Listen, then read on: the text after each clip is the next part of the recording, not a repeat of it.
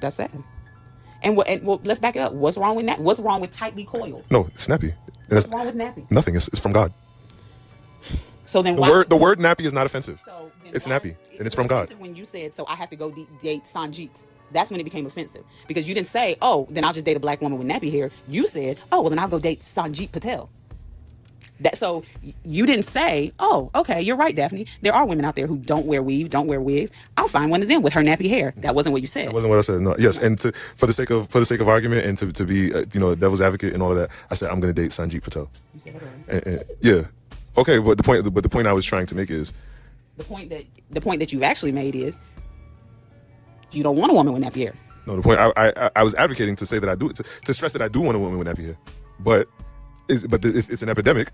That's so many, and I feel like we're going round and round and round with this one. And I didn't also need to point out one point. I also told you were misinformed because there are a ton of reasons why women young girls below 50, while young girls and women all their life can deal with less dense hair, more density, longer hair, shorter hair, breakage. There are so many reasons. It was easy and it was quick and it was the lowest hanging fruit for you to blame it on a wig, but that is not always the case. There are young girls who are having hormonal issues early. She could have, as I gave you a list of things: low iron, low vitamin D, stress, postpartum, prepartum, still pregnant, depression. There could be a ton of reasons. An oversupply of one vitamin, a lower supply of this cell, no cellular turnover. She could have hard water because she lives in a bad area with not good water.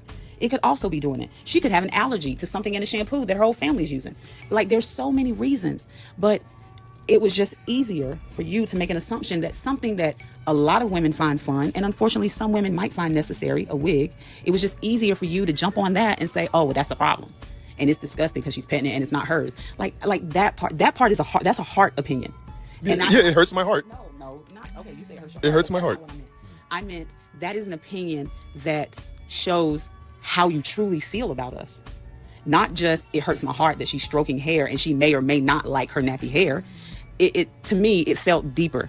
To me, it feels like this is just generally someone who doesn't have the highest thought or put black women in the highest regard.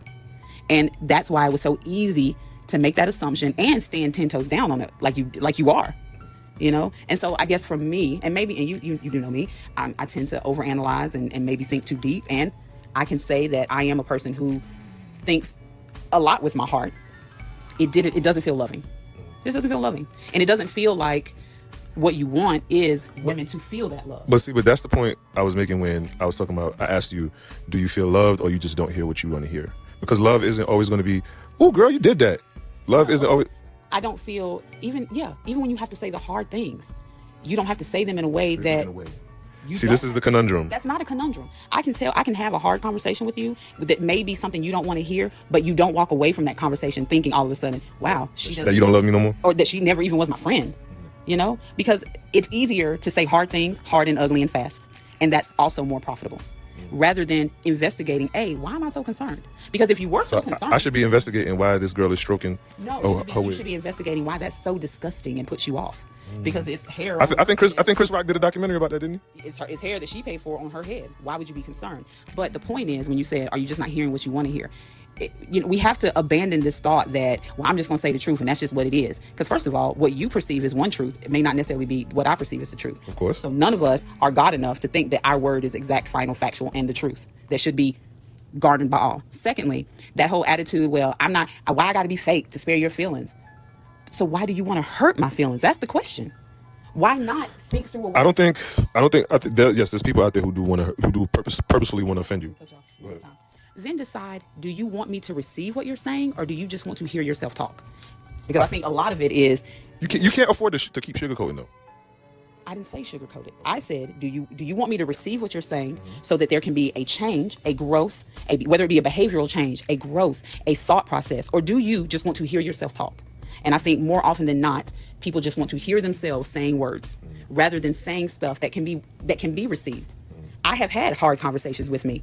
People have said things to me you have said things to me that have been hard. And there have been times where I can tell that you have decided, hey, what I want her to hear is more important than me just being right. I want her to hear this, take it, and grow on it. But now it is a lot more profitable to say it loud and ugly and unkind. And I think... And that's what's hurting you more, the profitability behind it, why it's become so forefronted. No, and I incentivized? think the issues between men and women have always been forefronted. They seem like we act like they never were, but our great grandparents didn't have Instagram and TikTok, you know? So there's always been issues between men and women. I just think now, I don't know. I just want to, I could not host a podcast where my main subject was talking about black men. Females. No, was talking about black men. Not because I don't love black men, because I do, truly do. But because I don't have better answers. I don't have opportunities for growth. I don't have a system or a structure in place that can say, okay, I'm telling you this, black man, and here's how we fit. But I think it's just been so easy for a lot of black men to say, I don't care what happened to after I say it, I'm going to tear it down, get these views, get these clicks, and I'm going about my day. And that's disheartening. It's hurtful. To me, as a black woman, as a part of a collective of black women, it's hurtful. Are the black women ever going to say, okay, you're right? I just said that. I said that in the beginning. I said I dare not say that every complaint that a black man... Oh, no. Not they're going to say, okay, you're right. But are they actually going to change and check themselves and check each other and say, hey, we need to... I think changing and checking yourself comes from when you hear from somebody that... Are they going to heed what the black men are saying? I think that kind of change happens when you trust whom the source is. When you trust... Remember... So black women don't trust black men? No, I'm not saying that. Okay. What are you saying? I'm saying that my mother could tell me something about me that would spark a change in me because I trust her assessment of me. I trust her love for me. So a guy you go out on a second date with tells you about yourself. You gonna check yourself and change yourself? A second date? Yeah. After the second date, he's like, yo, you really got to do A, B, and C, and X, Y, and Z because what you got going on with such and such and this and that is not the wave. Like, sis, you got to get it together. Well, here's the thing. I don't know what behavior I could have given him in the course of one date for him to make that assessment, but it sounds like it would be extreme, you know? And so if I have exhibited some extreme behavior and he's like, listen, this ain't gonna fly with me, that's one thing. But I also don't think I've given you enough of who I am at date 2 for you to start checking me. And then you don't want date 3. You know what I'm saying? But again... So you're not gonna listen to that guy? What have I given you by a date 2 that was so bad that you needed to check me? I mean, I guess he picked up on some things. And like what?